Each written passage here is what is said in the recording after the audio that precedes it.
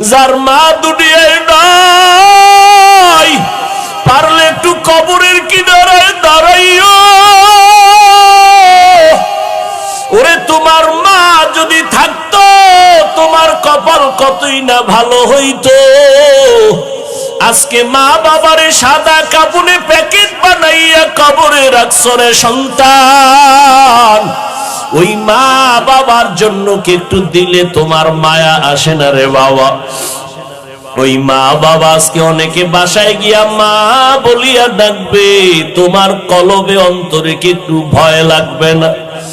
ওই মা বাবারে কবরে রাইখা জানি না এখানে কারা ইয়াতীম। আমার মায়ার নবীও বড় ইয়াতীম। দুনিয়াতে আইসা একবার আব্বা বলে ডাক দিতে পারেন না আমার নবী। 6 বছরে বাহারাইয়া নবী কাঁদেন, 8 বছরে দাদাকেও হারাইয়া নবী কাঁদেন। দাদার পাশে ঘুমায়, এরপরে দাদা 8 বছরে চলে গেল, চাচা আবু তালেবের পাশে নবী ঘুমায়। ঘুমের মধ্যে মাঝে মাঝে কাঁদে, আমার আম্মু কই, আমার আম্মু কই। দুনিয়াতে বাবার আদর পাইলাম না, মায়ের আদর পাইলাম না। ও মায়ার নবীর উম্মতেরা কেন ভুলিয়া গেছো? ওই মায়ার নবীর জন্য কি মায়া নাই? ওরে ময়দানে বইয়া একটু চোখের পানি সারো। যদি কান্না না আসে তোমার ডানে বামে দেখো কার চোখে পানি বের হয়ে গেল। হাতটা বাড়াই একটু দোয়া চাও, খোদার কসম কান্নাওয়ালার দোয়া খালি ফেরত যাবে। ও আল্লাহর বান্দারা, যাদের চোখে পানি, আমিও আপনাদের কাছে দোয়া চাই। এই ময়দানে বোধহয় আমার মতো হতভাগা কেউ নাই, আমার মতো গুনাহগার কেউ নাই। এই চেয়ারে বসিয়া বয়ান করার আমার ইলম নাই, কিছুই নাই রে বাবা। আপনাদের কাছে একটু দোয়া চাই, কান্নাওয়ালা ভাইর একটু দোয়া করিয়েন। আমাদের কপাল বুঝি খারাপ, গুনার কারণে আল্লাহ বুঝি বেজার, চোখে পানি নাই। ও দুনিয়ার মানুষ, সমস্ত নবীরা কান্না করে করে কবরে গেলেন, সমস্ত সাহাবায়ে কেরাম কান্না করে করে কবরে গেলেন। ও আল্লাহর গোলাম, ও যুবক, দুনিয়ার ঘরে আগুন লাগলে পানি ছাড়া ঠান্ডা করা যায় না।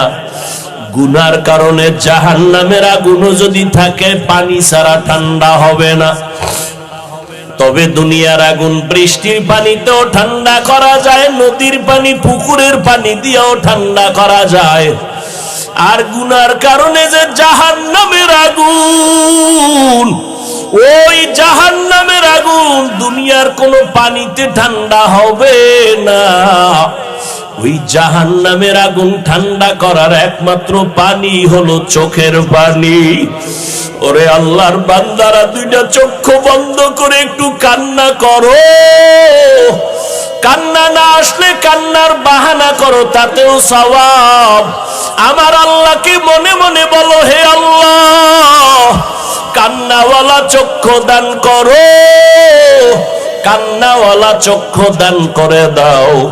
ওরে যার মা বাবা নাই, একবার আলহামদু সূরা কুল হু আল্লাহ 3 বার দরুদ শরীফ পড়িয়া দোয়া করিও।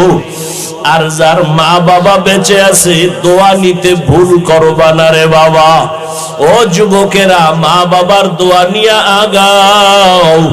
মাকে যদি বলো, মা আমার মাথায় হাত দিয়ে একটু দোয়া করিয়া দাও, মায়ের কলিজাটা ঠান্ডা হয়ে যাবে। মা তখন চোখের পানি ছেড়ে বলবে, বাবা আয়